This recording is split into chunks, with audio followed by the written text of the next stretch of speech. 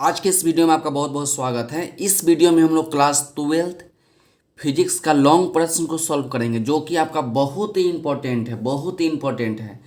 ये प्रश्न जो है हर साल बोर्ड एग्जाम में पूछे जाते हैं और उम्मीद करता हूँ कि इस साल भी बोर्ड एग्जाम में पूछे जा सकते हैं। तो ये आपका जो प्रश्न है कि ओम का नियम क्या लिखे हैं, ओम्स लॉ। तो सबसे पहले हम लोग जानेंगे कि ओम का नियम क्या है और ओम का सीमा क्या होता है। कि ओम का सीमा कहने का मतलब कि हर चीज़ में सीमा होता है, कि उस सीमा से आगे नहीं होना चाहिए या उस सीमा से पीछे नहीं होना चाहिए। तो सबसे पहले हम आपको बताते हैं कि ओम का नियम क्या है और उसके बाद बताएंगे कि ओम के नियम की सीमा। तो ओम का नियम का डिफिनीसन आपका होता है कि इस नियम के अनुसार, ध्यान से डिफिनीसन को याद करिएगा क्योंकि डिफिनीसन बहुत इंपॉर्टेंट है। कि ओम का नियम का क्या डिफिनीसन है कि इस नियम के अनुसार नियत ताप पर, नियत मतलब क्या होता है, नियत मतलब फिक्स होता है कि जितना हम फिक्स कर दिए ना उससे हम बढ़ा सकते हैं ना उतना से हम लोग घटा सकते हैं।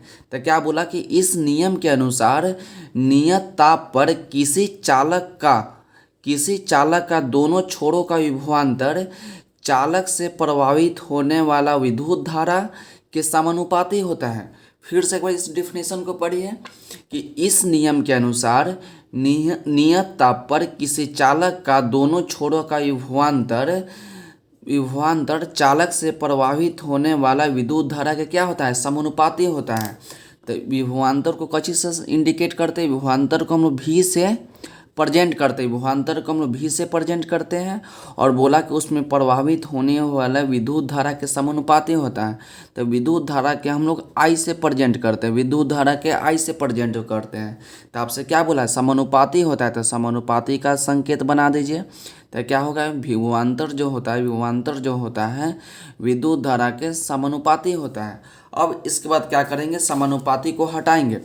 जब समानुपाती के हम लोग हटाएंगे तो इक्वल टू आएगा और इस समानुपाती को हटाने के बाद एक आर आ जाएगा। क्या आएगा, आर आएगा।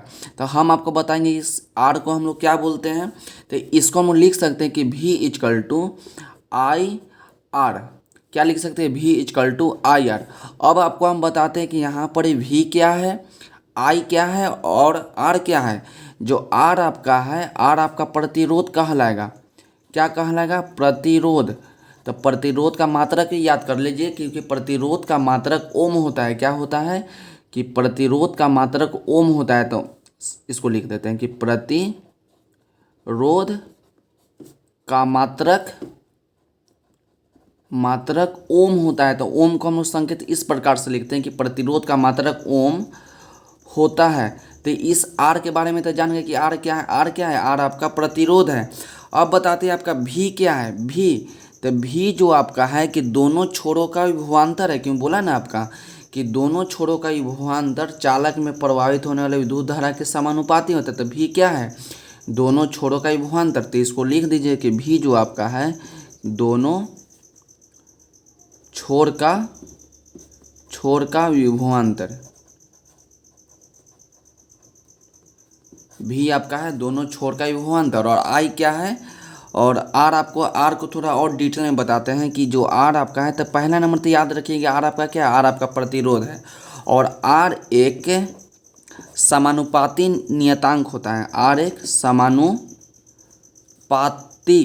क्या होता है कि आर एक समानुपाती नियतांक होता है, नियतांक होता है। क्योंकि जो आर आया है तो इस समानुपाती को हटाने पर ना आ रहा है, समानुपाती को हटाए तो आ रहा है। तो इसलिए आर एक समानुपाती नियतांक है जिसे प्रतिरोध, जिसको इंग्लिश में क्या कहा जाता है, रजिस्टेंस कहा जाता है। तो RESISTANC रजिस्टेंस कहा जाता है। तो इतना बात को सबसे पहले आप याद रखिएगा ओम का नियम का डेफिनेशन में कि भी इक्वल टू आई आर, जहाँ पर ही आर आपका प्रतिरोध है, या बोल सकते हैं कि आर एक समानुपाती नियतांक होता है जिसे प्रतिरोध कहा जाता है। और आई क्या है, आई आपका चालक में प्रभावित होने वाला विद्युत धारा है। और भी क्या है, दोनों छोर का विभवांतर है। तो ओम का नियम के बारे में तो हम लोग जान गए। अब हम लोग जानेंगे कि ओम का नियम का सीमा क्या होता है। ओम के नियम का सीमा। तो चलिए इसमें हम लोग ओम के नियम में 2 सीमा होता है, तो दोनों सीमा के हम लोग याद करेंगे। सबसे पहले इसको हम आपको लिख के बताते हैं कि ओम का नियम का सीमा क्या होता है। तो ओम के नियम का पहला सीमा होता है कि ओम का नियम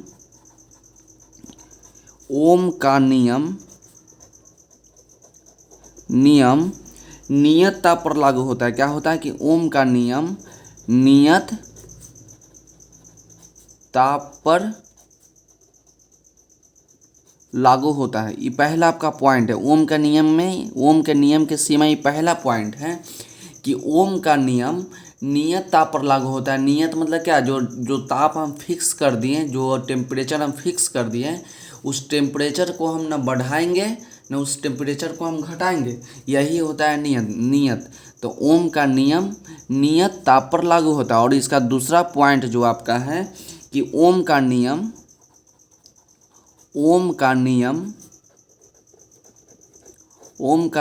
केवल वैसे चालक के लिए लागू होता है। ओम का नियम केवल वैसे चालक के लिए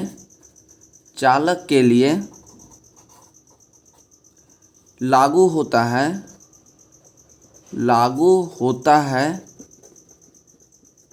जिसका प्रतिरोध क्या होता है, नियत होता है।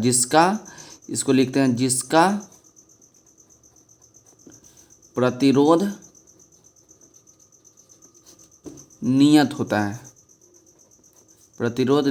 है। मतलब कि क्या होता है कि प्रतिरोध भी आपका नहीं बदलता है। तो फिर से एक बार ओम के नियम की सीमा को हम बताते हैं कि ओम का नियम नियत ताप पर लागू होता है। क्या बोले कि ओम का नियम नियत ताप पर लागू होता है। और दूसरा सीमा होता है कि ओम का नियम केवल वैसे चालक के लिए लागू होता है। ओम का नियम केवल वैसे चालक के लिए लागू होता है जिसका प्रतिरोध क्या होता है, जिसका प्रतिरोध नियत होता है। तो यहीं पर ये क्या आपको बताया कि सबसे पहले मैं आपको बताया कि ओम का नियम क्या होता है, और उसके बाद हम आपको बताएं कि ओम का सीमा क्या होता है। तो इसको एक बार ध्यान से देख लीजिए और इसका स्क्रीनशॉट लेकर इसको नोट कर लीजिए, ताकि आप बोर्ड एग्जाम में अच्छी तरह से जाके इसको लिख ले। एक बार नीचे भी दिखा देते हैं कि ओम का नियम का सीमा, इसको भी एक बार स्क्रीनशॉट ले लीजिए ताकि आप अच्छी तरह से लिख सकें। तो आज के वीडियो के लिए बस इतना ही। मिलते हैं अगले वीडियो में। अगर वीडियो अच्छी लगी हो तो चैनल को लाइक, सब्सक्राइब और शेयर जरूर करें। पढ़ते रहिए और बढ़ते रहिए। मिलते हैं अगले वीडियो में।